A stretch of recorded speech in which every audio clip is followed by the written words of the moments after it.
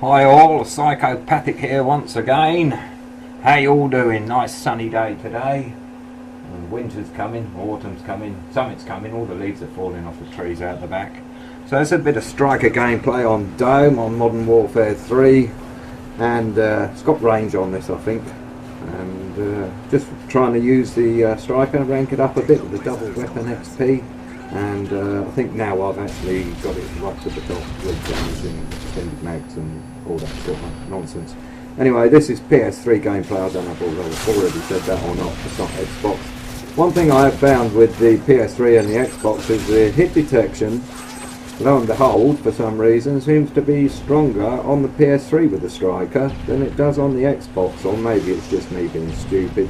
But maybe one or two of you have opinions about that. I seem to get a lot more hit markers with the striker on the Xbox. Why they should be any different, God only knows. I would have thought they'd have been pretty much both the same. So what I thought I might do is have a bit of a chat to you, not about the gameplay, because what can I tell you about the gameplay? It's just kill confirmed and I just try and it just ends up how it is. But in my, I just thought I'd tell you a little bit about me really and what I've done since I left school. I'm a qualified stonemason. I've done a 5-year apprenticeship in stonemasonry.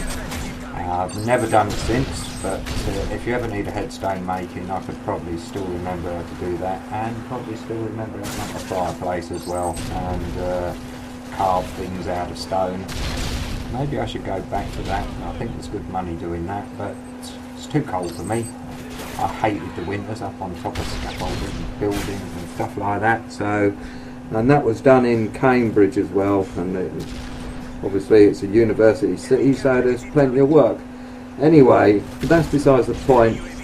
My mother was a travel agent in Cambridge, working for the local bus company, and she got me an interview to go to be a bus driver of all things, and I thought, well, I'll give it a try, you know, good for a laugh. Anyway, I managed to pass my test first time, and it's a job I done for years and years and years and years and years. It was just one of those industries I fell into, and I've never really come out of it apart from when I had my illness and when I was self-employed selling mobile phones. But even now I'm back bus driving again. It just seems to be the thing I can do. But I do have quite a lot over the years, because I've done the job for over 20 years. I've had a licence for nearly 30 years for buses and coaches, and I have a lot of stories, funny stories about things. So I thought what I might do is just post up a few videos and tell you a few of the funny stories. So I'll try and fit this one in. There's about 3 minutes to do it.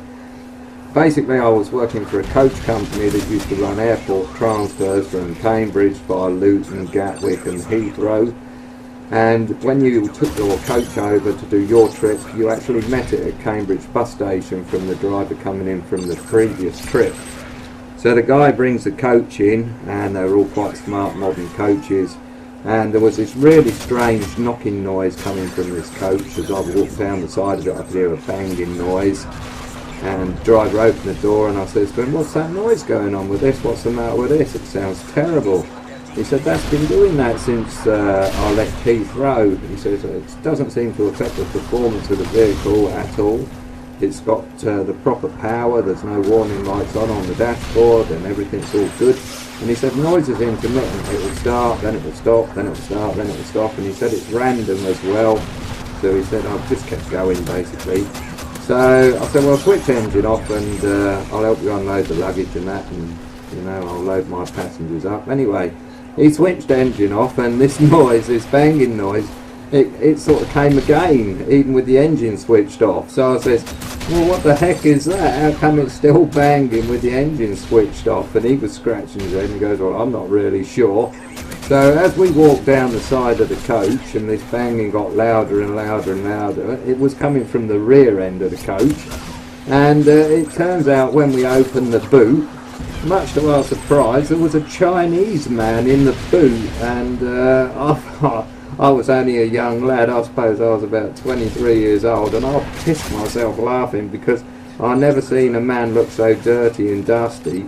He was filthy, because the boots of them coaches are never clean, they're never swept out, they're all full of mud and junk. Don't put a good suitcase in the boot of a coach, because it will just get ruined.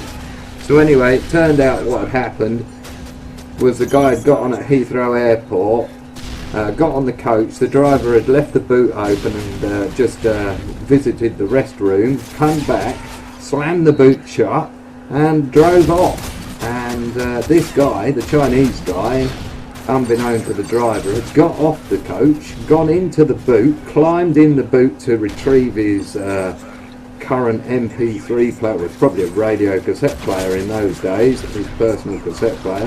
He'd gone to claim that out of his bag so he could listen to it on the journey back to Cambridge. And the driver had just reached round and slammed the boot shut from the side, not even looked in the boot, and locked him in the boot. So when the coach arrives in Cambridge, out he pops, filthy dirty, saying every single swear word in Chinese or Japanese that the man could actually come up with, no doubt. And that's just a very... well, it was just, I was falling about. In fact, it makes me laugh to this day, that story, just seeing that man come out of there so dirty and dusty and just shouting and swearing in Chinese. So these stories are all true, so I hope you enjoy this one. I've got plenty more to tell you about the things I've seen on coaches and experienced. Make your hair curl. So hopefully you enjoy this one, and I'll talk to you all soon. So it's Psychopathic signing out, and speak to you later. Ta-da!